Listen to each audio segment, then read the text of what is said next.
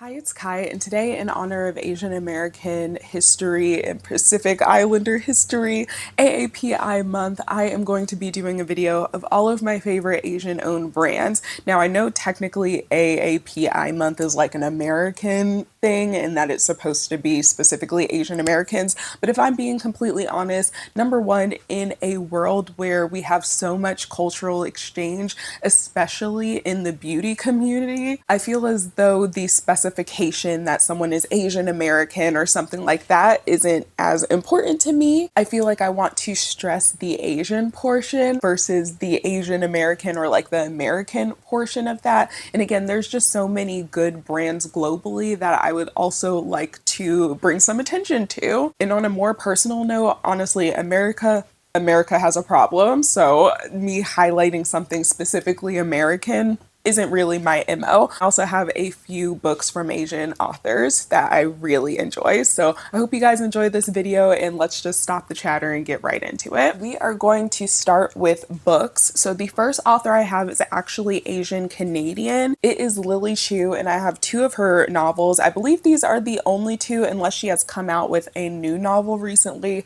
I've been on this journey of trying to finish all of the books I currently have before buying anything new. So to curb my want of buying a new book, I've just kind of not really gone down the book aisle in any stores or gone to Barnes& and Noble in a while. But I absolutely love Lily Chu's writing. If you're a person who likes romance but wants a little bit more fade to black romance, not something that's super spicy, I would highly, highly recommend her books. The first one is The Stand-In, and this is a book for people who wish they were a celebrity, because basically the main character has a celebrity doppelganger, and she basically gets employed by that celebrity to be the stand-in whenever that celebrity is dealing with their mental health issues and doesn't want to be out and about. And it's a romance between her and the boyfriend of the star that she is standing in for. So this one, really great one. And honestly, the comeback as well is also good. If you like K-pop,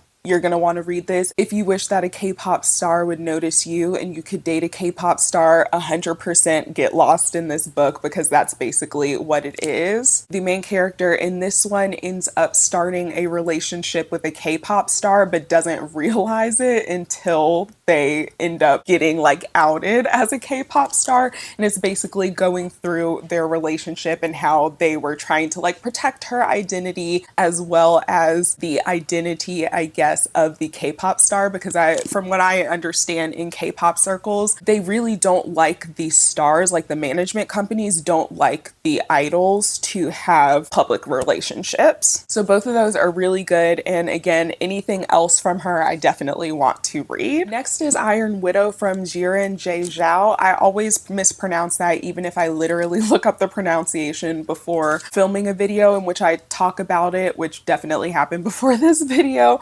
But this is, again, Iron Widow, and this is for the people who want fantasy, romance, and a little bit of a love triangle that might not actually be a love triangle. There's also a sequel to this, I believe came out last year, but again, I've been trying to finish up what I currently have. I definitely will be reading the sequel as well. As far as the plot of this one, it's really hard to explain because it is fantasy, and I feel like fantasy books have a lot of world building and you just kind of have to read them to be able to understand what's happening. But basically, it is the type of fantasy where there is some sort of creature or group of creatures that are seen as, I guess, oppressing or harming humans, and the humans have this process of fighting them. And within that process, basically women are killed or like used kind of as, you know, an energy source. Again, it's very difficult to explain. And basically the Iron Widow is a woman who did not succumb the way that she should have during this battle with these, you know, entities.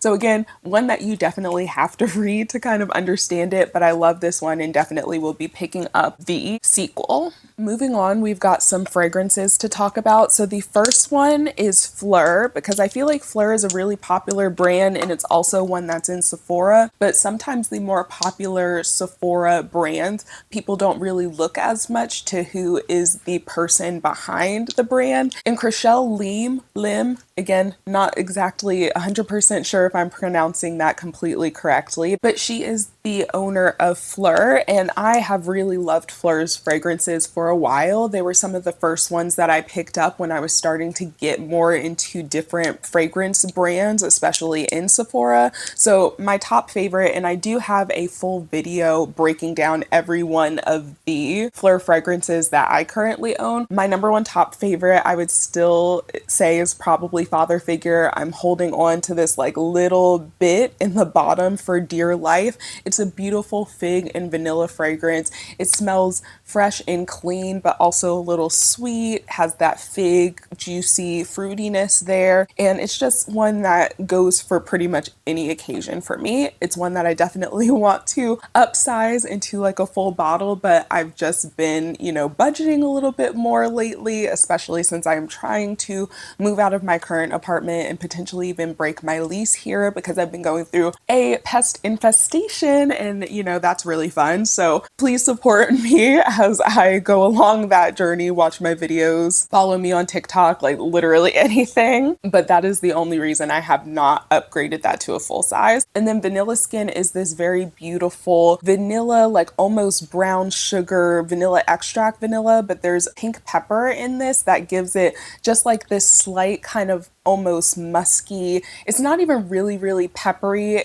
It just gives it a little bit of an edge instead of it being like a straight up vanilla extract or vanilla ice cream, like just the vanilla. So a great one for, again, pretty much any occasion. It's one that a lot of people love for good reason. Their body mists are also awesome. They honestly perform pretty similarly to their perfumes in my opinion. They have good lasting time and a good little scent bubble around you. My two favorites are probably Heavy Cream and Mango Mood. Mango Mood smells very similar to Wilhelm Perfumery Mango Skin if you've tried that one.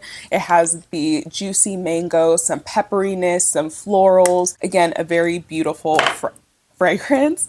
And then I have Phlur Heavy Cream, which this one is one of those like marshmallowy, slightly lactonic, fluffy vanilla scents. And it smells kind of similar to Sabrina Carpenter's Sweet Tooth, like the original one in the, what is that called? The pink packaging, but maybe just a little bit more lactonic than that one is. It's another one that I really quite enjoy. I layer those two together all the time. Even with Mango Mood, I'll layer it with Mango Skin just to add a little bit more of a scent bubble. And again, with sprays like this or with body sprays, because you have so much product, I feel like you can go in and like spray yourself multiple times or like go over with a lot of it without feeling like you're wasting product or you're gonna run out. B. Shapiro is the owner of Ellis Brooklyn Myth, and Ellis Brooklyn Myth was again one of those first brands that I branched out to when I was starting to experiment with things other than Bath and Body Works or Victoria's Secret scent.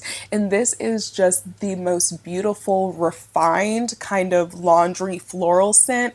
It definitely has that like clean laundry, musky floral vibe to it, but the florals in here, because they're white florals, which I know not everyone loves white florals, but the white florals, as a white floral lover, just kind of give it this like refined, very fancy hotel, fancy woman, rich woman walking out of a fancy hotel vibe to me.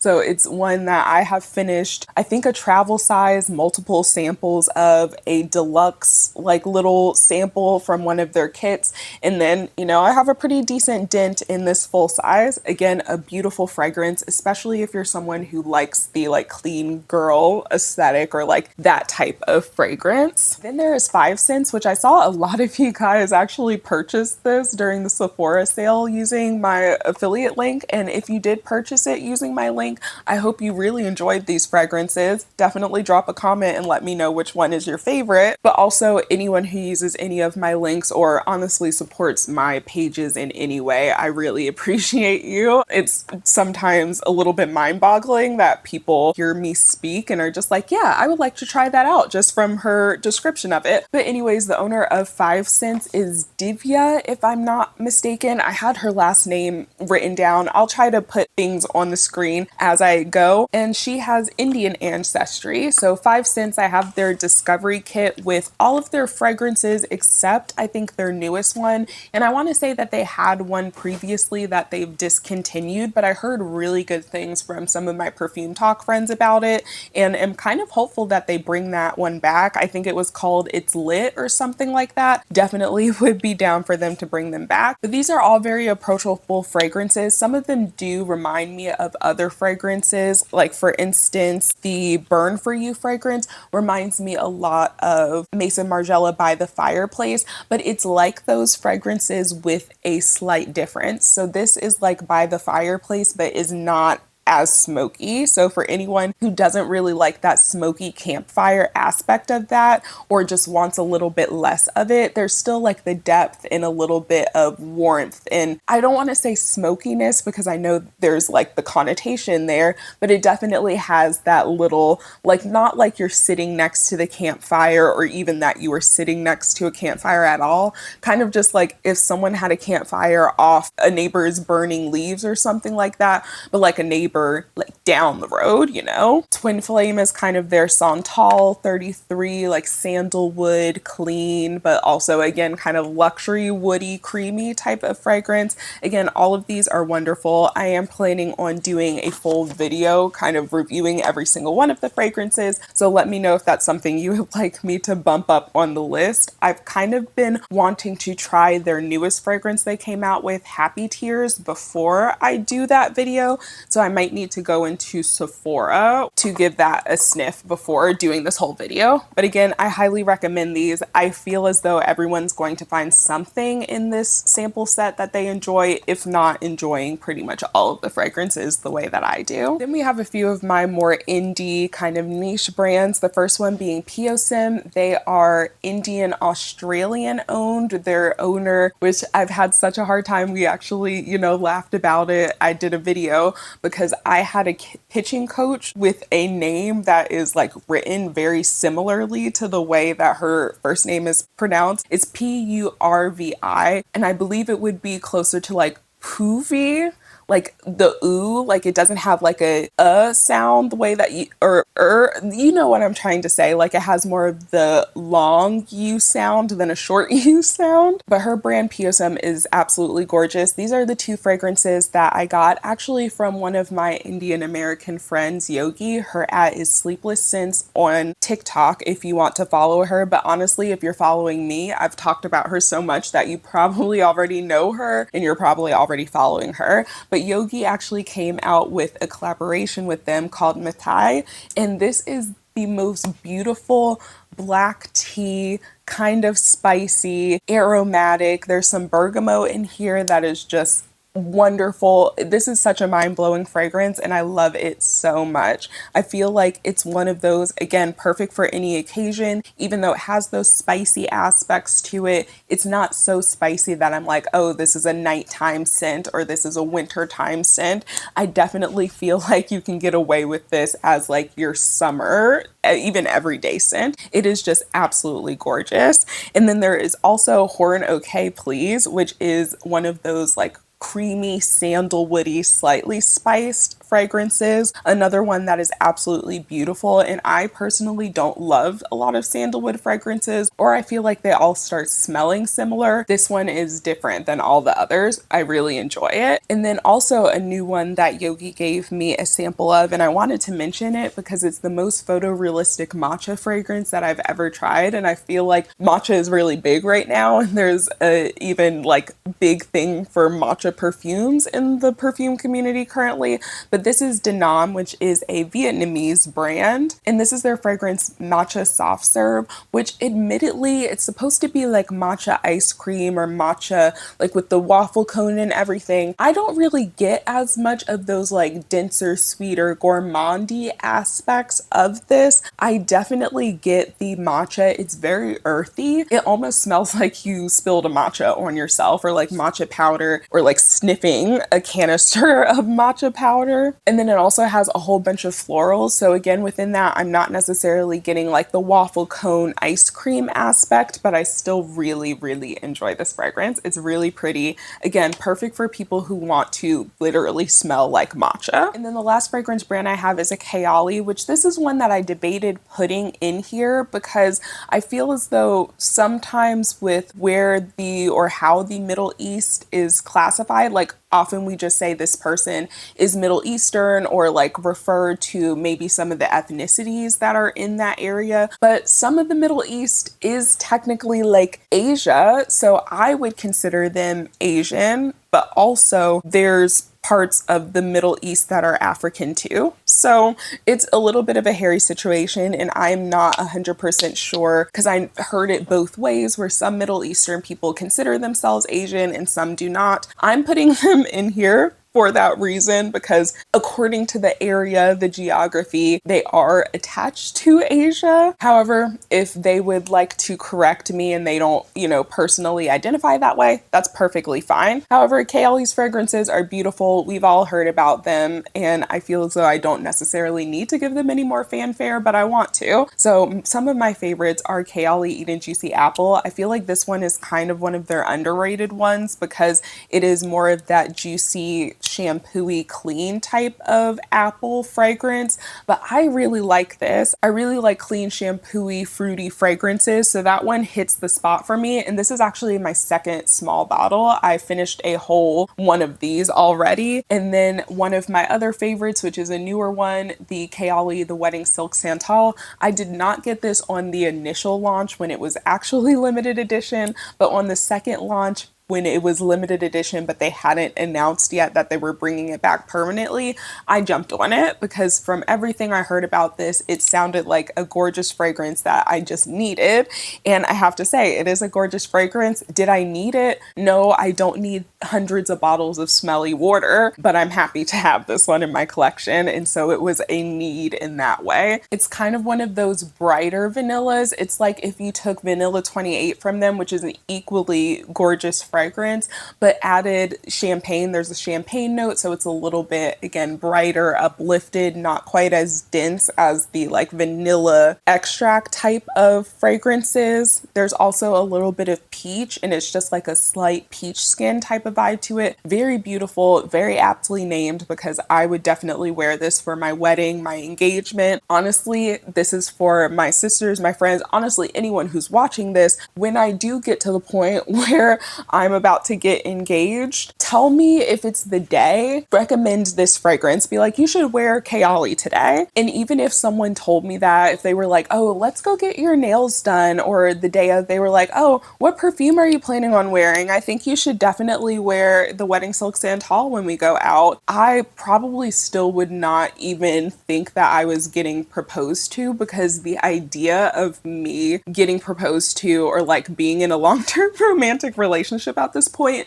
seems like so far out of reach. It doesn't seem like it's something that's going to happen in this lifetime, if I'm being completely honest. But hey, if it does, I want y'all to make sure that I'm wearing this at my engagement. Into the skincare, these first two you have heard me talk about and seen me talk about over and over and over. If you watched me even on my old YouTube channel before I like restarted everything, you've definitely seen me talk about at least this product, but probably both of them. This is the Cocokind Ceramide Barrier Serum. It is my favorite hydrating serum of all time. They came out with like a big daddy size of it, and I just buy this big daddy. It's 1.9 fluid ounces, but the regular size I think is about 1 fluid ounce. This is my second or third of the big daddy size, and then I've been buying the regular size since I started using it back in, I think 2020 was the first time I started using this, either 2020 or 2019. I know I was in my grad school years. It's hydrating. It doesn't break me out. Priscilla is the owner, and I don't think I mentioned who the owner of Kayali is. I feel like we know the owner of Kayali, Mona Katan. The owner of Cocokind is Priscilla, and I have to say, I want to bring this up because I respect the fuck out of Priscilla even more after like having this interaction. If you've kept up with them, you know that they had originally scheduled their community brand trip to be in Hawaii. And I was one of the people who was like, hey, Native Hawaiians are telling us not to go there. They literally had fires ravage their land last year. Like, they're telling us to kind of leave them alone. I know there's also the, oh, if people don't go, then the tourism, they can't get money that way. Let's like think a little bit more about maybe an illegally taken over land doesn't need to be reliant on tourism. Maybe if those people who were ousted from their land or whose families were ousted from their land were just paid reparations, I'm sure they would be able to cultivate an economy that is not based solely on people coming in, you know, visiting and stuff like that. Anyway, they originally had their brand trip scheduled for Hawaii, and, you know, I made a video about it, and I didn't see a lot of other people. I think because it was a community brand trip, and unfortunately I feel like a lot of people were just kind of like sucking their dick because they wanted to be in the community brand trip, but I didn't see a lot of people in their community like speaking up about it or like in their comments. So I spoke up about it. I had even a few more people who told me, hey, you speaking up actually gave me confidence to go comment on their social media profiles, and they actually decided to switch the location of where their brand trip is. And it would have been so easy, just like pretty much every other brand out there, for them to say, oh, well, we've already developed our plan for this. We're going to move forward with it and go and do it in the most environmentally and, you know, ethical way possible. But I'm really glad that they decided to reconsider it, and now it's going to be in Miami, I believe, which is definitely a better location for it to be. So again, I respect Coca Kind so much more, and it makes me an even bigger fan of their brand because of the fact that you can bring up problems to them and they actually will listen to it. I also have the Phytosurgeon's Verdant Force Field, which is my favorite, all-time favorite moisturizer. Phytosurgeon's in general is one of my favorite brands, and I feel like they're kind of the indie makeup darling, if I'm being completely honest, but for good reason. They have great products. They're not only Asian Canadian owned, but they are also LGBT plus owned. So, you know, we're going to be talking about them again next month. They were also one of the first brands to reach out to me about modeling some of their products, some of their blush launches. And I don't want to cry about it, but I don't think they realized that them wanting me to model their products like put it in my mind that like I am a beautiful person. Like I've known that for a while, but it's just like there has always been a part of me that is just like, I know I'm beautiful, but I might not, like, other people in the world don't see me as that. I'm not a model, I'm not this and that. And so it is really meaningful to me that they, you know, saw me as a model, you know. And honestly, they were also one of the first brands to actually pay me for the work that I did for them or want me to do paid work for them. So in general, we just love a brand who supports small creators, who pay their creators. This is a small indie brand, and like they're scaling, they're growing. But when they first asked me to do some modeling for them, this was back in 2020, where, you know, they had a much smaller following. They were definitely very, very like indie, dare I say, like artisan, like really small. And just to see their success is beautiful. And to know that a lot of their success just comes from the fact that they're good fucking people is even better. Phytosurgeons, they would have to do something like really, really, really, really, really, really, really bad for me to ever stop supporting them. I don't even think murder could make me stop supporting them, if I'm being completely honest, depending on who it is. But Verdant Force Field, this is one of their products that is always out of stock. It's one of their best-selling products for a reason. It's a really nourishing moisturizer. It has green tea, licorice root, centella, PHAs, allotonin, and panthenol. And it kind of smells like matcha. And I think that, along with like the green tea in it, is very calming. So calming to the skin that this is one of the products that I go to both on my face as well as on other parts of the body when I'm having issues with my eczema, when I've gotten sunburnt. I have gotten sunburnt so bad. Actually, last summer I got sunburned really bad on the trip that I went to, but it did not peel at all because I used this almost the same way that I would use aloe. You can put it in your fridge, your skincare fridge, or your regular fridge and just slather it on yourself. So it's great for that. I also just put it on any scrapes and stuff, like when my cats accidentally scratch me and stuff, I'll put a little bit of this on top of it to kind of keep the area feeling moisturized and not getting like dried out and icky and stuff. And it doesn't irritate it. It still heals just as well. I also like putting this on top of tattoos. That's the other one that I love using this for because it's, again, just really nourishing and calming. So love Phytosurgence, and I actually have a few other Phytosurgence products, so we might as well talk about those. One of the first products that I purchased were their blushes, and I think this shade might be discontinued. If it is, y'all have full permission from me to go over to their comments and bully them about bringing this back. I actually have it on my face today, and I just feel like it's the perfect, like, barely there. Like, you can see I have blush on, but it just isn't like, you know, so it's good for those days where my makeup is maybe a little bit more subdued for myself. This is the shade Kindle, by the way, if I didn't say that. I absolutely love it. Another one of their products that is absolutely amazing is the lip balms. These are all my test tubes from when I was doing swatches for them. I think this is Crash Cadence. I forgot to, label that. There's Brave Break, which is a really pretty, like, slightly warm tone brown, versus Crash Cadence. It's a little bit like cooler, you know, just not quite as warm. And then Warm Waves was actually what I was wearing at the beginning of this video. It's like a deeper, almost mauvey pinky brown. These just feel really nice and nourishing on the lips. Honestly, it's a very similar formula to me to the Byredo lip balms, and I really like the Byredo lip balm formula. So if you want something like that, but for a significantly cheaper price tag, and ones that have a whole bunch of different colors as well, definitely recommend checking these out. But they're really nice and silky on the lips. They don't have a lot of color payoff, but they definitely have enough for, you know, it to show up on the lips. It's a lip balm formula. It's not like a liquid lipstick or like a lip balm lipstick hybrid like we've been seeing. This is definitely a traditional tinted lip balm, but just one that has a really nice formula and makes your lips feel nourished.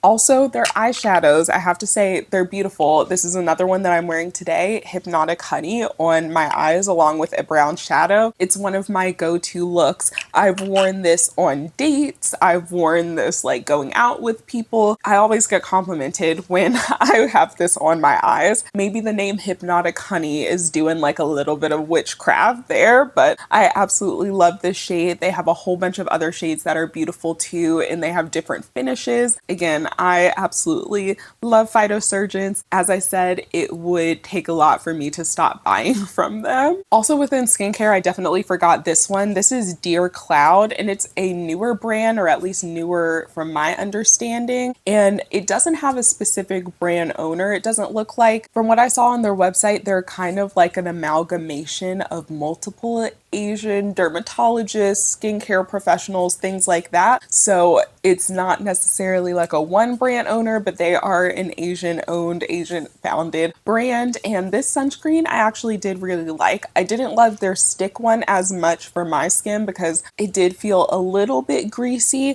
but this one is good if you kind of have combination skin where maybe your forehead and the T-zone gets really oily, so you don't want something super shiny there, but you have maybe dry skin on the rest of your face like myself, and you just want something nourishing. It didn't irritate my skin. It doesn't even really have a noticeable smell to it, and I would definitely repurchase this if I wasn't just in my era of wanting to try out a whole bunch of different sunscreens. But again, this is one that I'll keep in my back pocket to return to, and you will see it in next month's Empties video, or maybe not next month. I don't know if I do them exactly monthly, but you'll see it in the next empties. Then there is Tatcha, which admittedly I haven't tried a lot from because they are a pricey brand, girl. They're just a little bit pricey. These two actually did get sent to me through like Influencer, and I have first the Tatcha, the Liquid Silk Canvas. Admittedly, I have not used this a whole bunch, but I do want to roll it into my project pan for the summertime because this is a little bit more of a mattifying kind of like pore-filling porcelain doll type of primer, and I feel as though I just don't gravitate towards those as much during the winter when my skin is drier. It might be really good for the summertime, so I will be testing this out probably and letting you know, and maybe I'll even do like a full face of new makeup or like makeup I haven't used in a while to talk about that. And then the Tachu the Kissu lip mask I actually really like. It's a little bit more of a light slippy texture versus something that's really like sticky or thick, but it looks really pretty on the lips. It's one that just makes my lips look super smooth and have even fewer lines than, you know, what I do, because I have a lot of lines in my lips. I understand that. There was a point at which I did want to get lip filler, and then I grew up.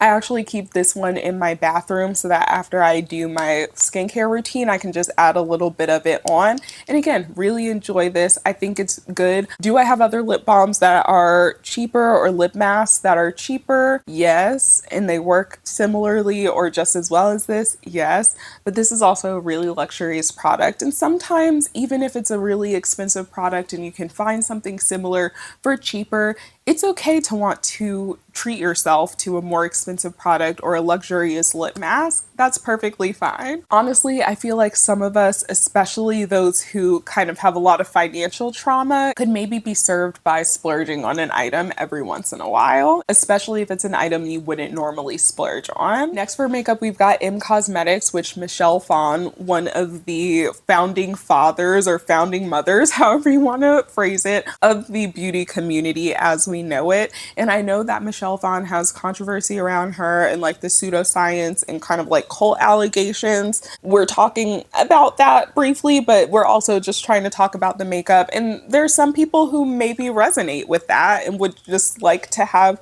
an Asian owned brand version of it. So, you know, who am I to stop you? I have their Divine Skies faded. I have their Divine Skies eyeshadow palette in the Faded Clementine colorway, which has these really pretty like orangey bronzes, but also these really nice kind of like purpley tones and even a purpley toned brown. I really like this palette for fall. That's where I get the most use out of it, and especially the like more purpley shades up here. I have a lot of orangey tone shades, and admittedly, I've kind of weaned myself off. I don't know if wean myself off is the best way to say that or phrase that, but I've definitely stopped wearing as much orange eyeshadow, orange makeup. I think as Black women, orange, especially for a lot of the brands who just will not create inclusive shades or like want just their one shade, it's either a bright orange or a berry shade or sometimes both. Like those are the shades that are for Black people in the lines. And I'm realizing that I like a pink. I don't always want a orangey shade. I don't always even want like a berry pink. Sometimes I want to have like a cute little hot pink moment too. So I have stopped wearing as much orangey makeup. So I feel like sometimes Black women in makeup or who are interested in makeup, especially first starting out, are kind of pigeonholed into using a whole bunch of orange and more warm toned makeup. And I've just kind of gotten out of it. Again, it's very pretty. I like the looks that I come up with it. I just don't wear these tones quite as much as I wear the more purpley shades in here. So again, a nice eyeshadow formula. And then I also have their, what are these called? So Soft Contour and Blush Sticks. I have the contour stick in the shade Nomadic, which I really appreciate the fact that when these launched, I think they launched with 4 shades, and this is a pretty deep shade. Like it's good, you know. I feel as though, especially because it's a smaller-ish brand, I know we think maybe Michelle Phan was a YouTuber for a really long time and that she had more money, things like that. But as far as the brand itself, it is a smaller brand by operation. So the fact that even a smaller brand can come out the gate with at least one shade that is going to fit my skin tone and some skin tones deeper than me, I feel like that's at least a good start. Is it perfection? No, but it's a good start, especially when we have brands like Hourglass who have yet to give us a bronzer for dark skin. Then the So Soft blush in Passion, you can definitely tell this was when I was in my more orange bag, but it's a beautiful burnt like carrot orange. Beautiful on the skin. I like the formulation of both of these because they blend out really nicely without getting patchy or looking weird and grouping up in certain places on the face, but I feel as though they have pretty good longevity for them being cream products as well. I did try their serum blushes and did not like those though, I have to be honest. I don't feel like those are as suited for people who have a deeper complexion. Then we've got Tower 28, which is another one of those brands that everyone knows and loves. The first product I ever tried from Tower 28 was actually their SOS spray, and if I'm being completely honest, I've been thinking about going back to it because I've been trying other hypochlorous acid sprays, and with the exception of the topicals one, which I can't use every single day because it also has salicylic acid in it and you don't need to put an exfoliating acid on your skin every single day, but I haven't really loved some of the other hypochlorous acids I have tried on the market. So part of me feels like maybe I should just return back to what we know, but I really like that as someone who has eczema, as someone who sometimes has allergic reactions to products and gets contact dermatitis on her face. It's something that really helps with the calming and soothing of that issue. As far as the makeup products I have for them, one that I've tried, liked, and don't currently have is their mascara. I'm usually not big on high-end mascaras because it's just like you can go get a mascara for $3 or $4 at the drugstore and it does the exact same thing. But that is a mascara that if I wanted to splurge on a high-end one, I would definitely revisit. I have their blush and bronzer. I actually finished up their bronzer in West Coast in my project pan last year, I believe. This is the shade Best Coast, which is just a little bit deeper than what I like for my skin tone, but I do use this more when I get a little bit deeper. And then their Beach Please blush in Power Hour is just a very beautiful, like mauvey pink, slightly warm tone pink shade. It has a little bit of dewiness on it, but there's no sparkle within it. It looks kind of grody and nasty because I've dug in it so much, but I promise it's a beautiful product. It's one that I find myself wearing, again, kind of on days like today. I feel like it's almost a similar vibe to Kindle. Kindle is maybe a little bit more almost like peachy, and this one's a little bit more pinky, but they're both good for just days where I want a little bit more of a subdued look. You can build this one up, especially since it's a little bit more pinky, but you definitely can sheer it out, I guess, or apply less of it to kind of give that slightly flushed look. As much as I love blush, I love a good rosy cheek. Some days I just want something a little bit more subdued, and that's a really good one for one of those days. And then of course, everyone's heard of the Tower 28 glosses. Personally, are these my favorite gloss formula of all time? Not necessarily, only because these will kind of cannibalize whatever you pair them with. So you have to almost wear them alone or just kind of be okay with the fact that you will have to bring your lip liner, your lipstick, and this to touch up. Because I'm a little bit more low maintenance with my makeup, especially when I'm out and about these days, I don't typically go for that, but I do love these just on their own. They're beautiful shades. I have the shade Almond and the shade Cashew, which are both browns. Almond is a little bit more of an almond, almost kind of milk chocolate brown. And then Cashew has a little bit of almost, it's like a orangey tone to it. I feel like Almond almost looks a little bit more like neutral or cool toned, and this is obviously lighter, but definitely has almost that peachy kind of tone to it. So again, love these on their own. They feel really nice on the lips, like they're slick, they feel nourishing. When they wear off, they don't make my lips feel even drier, which I enjoy. I just don't enjoy the fact that I can't like wear them with everything or do like a full lip combo because it's probably gonna be gone in like 20 seconds. The gloss itself lasts a long time, and that's like the weird part about it, but I'm not a scientist, so I can't tell you the reason. And finally, we have Give Beauty. I'm just kidding, you guys. I'm kidding. This is the part of the video where I have to bring up the fact that Gwen Stefani truly thought she was Asian at one point. Give Beauty is not an Asian-owned brand, though. I hope you guys enjoyed hearing about all of my favorite Asian-owned brands and, books and stuff like that. I really had a fun time making this. this. And if you have a favorite Asian owned brand that I did not mention in this video, please put it in the comments. I would love to branch out and like learn a little bit more about different Asian owned brands and like techniques and stuff like that. So I would love to see what you guys have been engaging in and what you've been interested in as far as K beauty, J beauty, D beauty, all the beauties, you know. But again, I hope you guys enjoyed this video and that you're staying safe and healthy wherever you are when you're watching this, and I'll talk to you guys in the next one.